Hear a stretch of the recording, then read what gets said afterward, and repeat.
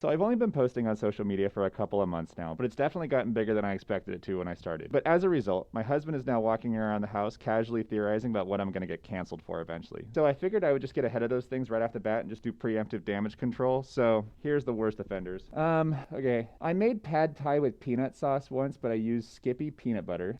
I don't recycle, and as a result, my husband is constantly fishing cans out of the trash can and putting them into the proper recycling bin and shooting me dirty looks the entire time that he does it. I don't smile for fursuit pictures underneath my fursuit head. That's actually a lie. I smile for every picture underneath my fursuit head. I don't know why I said that. Oh, stoplights. If I'm sitting at a stoplight and I even remotely feel like the car in the lane next to me is gonna race me off the light, I will literally turn off my air conditioning, put my car in sport mode, and absolutely floor it like I have the most fragile ego known to man. And I cannot personally handle it if someone's gonna beat me off the line.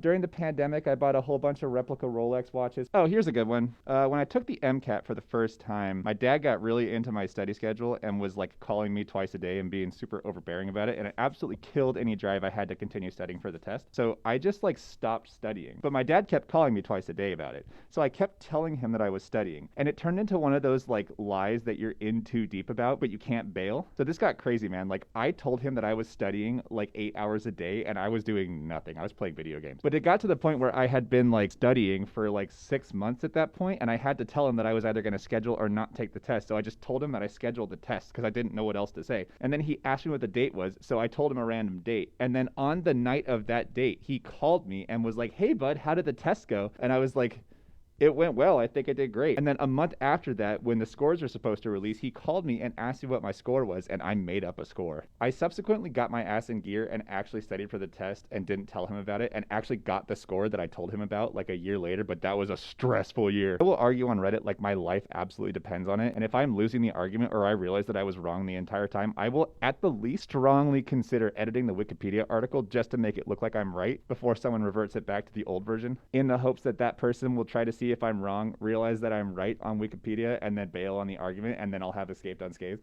I don't know. That's all the worst things that I can think about. That's pretty good. That's a good list. You can cancel me in the comments for that one. Maybe in the future I'll do something super spicy. I can't wait to get big enough to actually get involved in furry drama. That's like a milestone.